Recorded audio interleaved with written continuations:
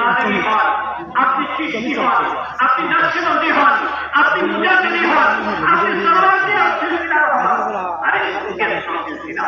আপনি হানাফি মাযহাব রয়েছে, ওয়াইফা, শাফিঈ, হাম্বলি, মালিকি, সকল সহিহ কিনা যারা আমরা নবীকে ইয়া রাসূলুল্লাহ বলে ডাকে, যারা নবীকে হাসিন রাসূল বলে, যারা নবীকে সালাম বলে, ওই সকল আশিকার রাসূলের দাওয়াত ইসলাম।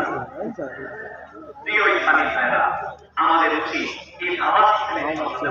আমি অনুরোধ জানাবো, আলহামদুলিল্লাহ দাওয়াত ইসলামের বিভিন্ন জায়গাতে জামিয়াতুল মদিনা হচ্ছে, আপনিও জামিয়াতুল মদিনা করুন। আপনার জায়গা আছে দাওয়াত ইসলামীকে দান করুন, আপনার অর্থ আছে দাওয়াত ইসলামীকে দান করুন। আলহামদুলিল্লাহ আমরা সবাই মিলে যদি চেষ্টা করি, দেখুন আজকে আমাদের গুনাহ করে যাচ্ছে আমাদের দেশ, সারা পৃথিবী। আমার বোন, আমার মেয়ে বেপরোয়া হয়ে রাস্তায় ঘুরে বেড়াচ্ছে, কে আসবে তাদেরকে সংশোধন করতে?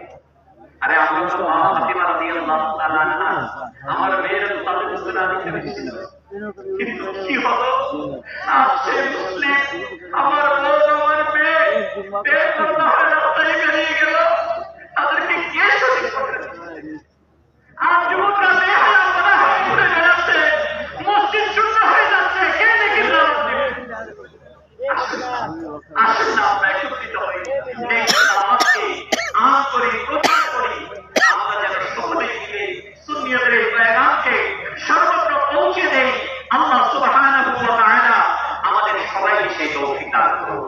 আমরা যদি চাই একটি স্বনির্ভর সোনার বাংলাদেশ, তাহলে আমাদেরকে অবশ্যই মূর্খতা থেকে বের হয়ে আলোর মধ্যে আসতে হবে, মাদক মুক্ত সমাজ বিনির্মাণ করতে হবে, জঙ্গি মুক্ত সমাজ বিনির্মাণ করতে হবে। দাওয়াত ইসলামী এই সকল দিকে এগিয়ে নিচ্ছে।